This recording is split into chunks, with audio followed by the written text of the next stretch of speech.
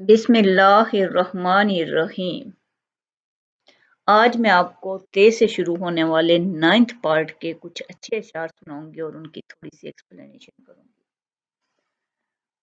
تمہیں اب بھی کہتے ہیں کہ ہواؤں سے ناتا توڑ دو، تمہیں اب بھی کہتے ہیں کہ ہواؤں سے ناتا توڑ دو، کہیں کا نہ چھوڑے گی آوارگی تم کو۔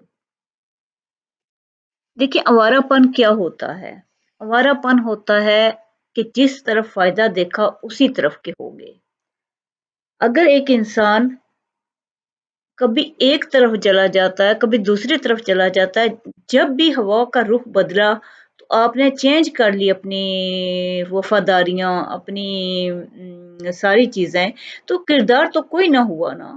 کردار تو انسان کا وہ ہوتا ہے کہ آپ اگر ایک ہو تو وہی بن کے رہو، آپ جو ہو وہی ہونا چاہیے۔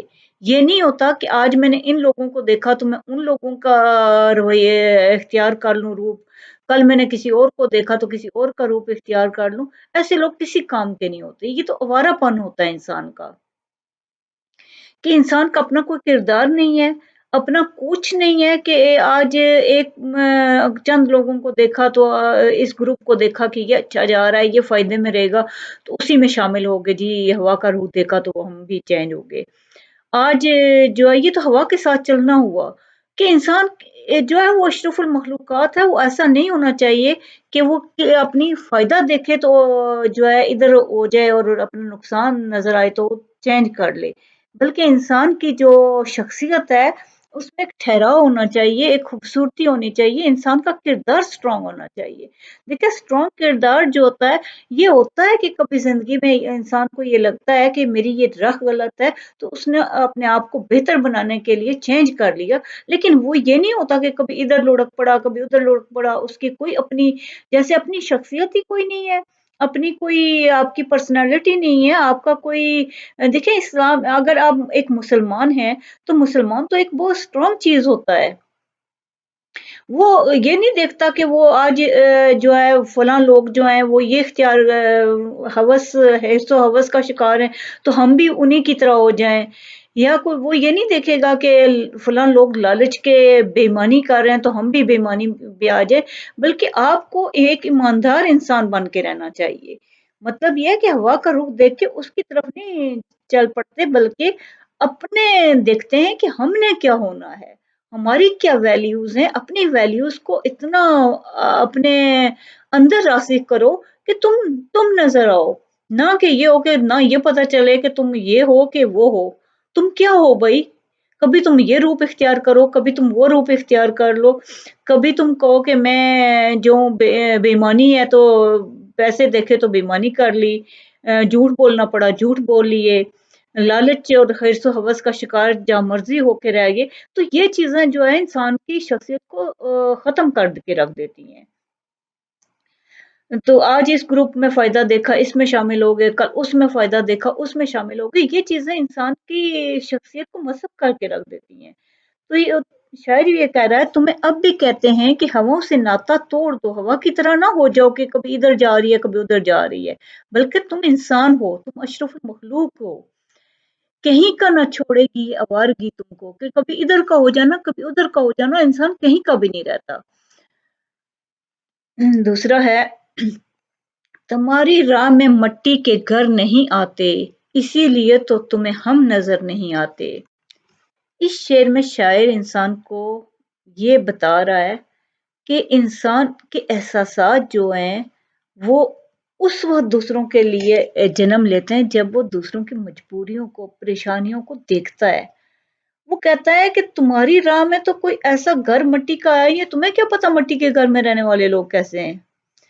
تو مطلب یہ ہے کہ جو لوگ پریشانیوں کا شکار ہیں، جو لوگ مصائب کا شکار ہیں، ان کو پتا ہے کہ مصائب اور پریشانیوں کی لائف کیسی ہوتی ہے۔ تمہیں کیسے پتا چل سکتا؟ تم تو کبھی ان چیزوں کا شکار ہی نہیں رہے۔ تمہاری راہ میں مٹی کے گھر نہیں آتے، اسی لیے تمہیں ہم نظر نہیں آتے، کہ جب ایک انسان بیمار ہی نہیں کبھی ہوا تو اسے کیا پتا بیماری کیا ہے؟ ایک انسان جو بیمار رہا ہو، جو ان مراحل سے گزرا ہو، تو اسے پتا ہوگا نا کہ یہ ان مراحل سے گزرنا کتنا مشکل ہے۔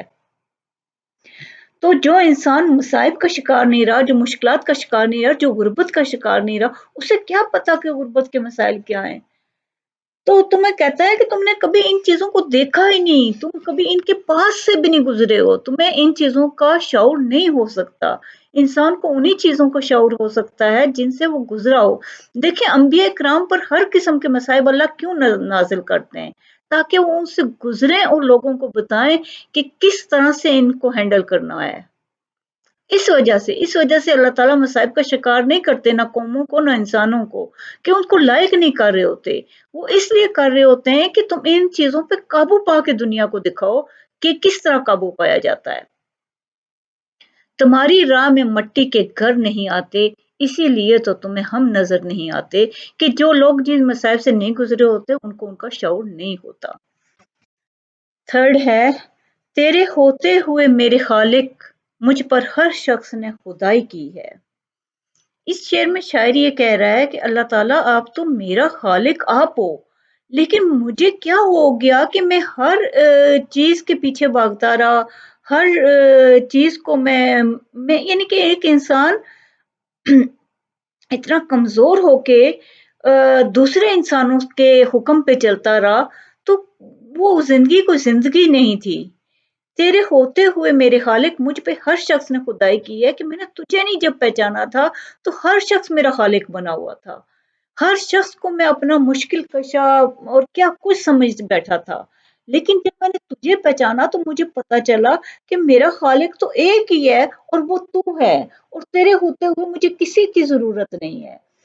تو تیرے ہوتے ہوئے وہی لوگ خدا دوسروں پہ حکمرانی کر سکتے ہیں جن کو تو نہیں نظر آ رہا ہوتا، کہ دوسروں کے محکوم وہی ہو کے زندگی گزارتے ہیں۔ میں تو تیرا محکوم ہو کے جب زندگی گزارنے لگا تو مجھے پتا چلا کہ صرف میرا خالق تو ہے، میرا خالق کوئی انسان نہیں ہے۔ تیرے ہوتے ہوئے میرے خالق، مجھ پہ ہر شخص نے خدائی کی ہے۔ اللہ آپ کو بہت خوشیاں اور کامیابیاں دے۔ شکریہ۔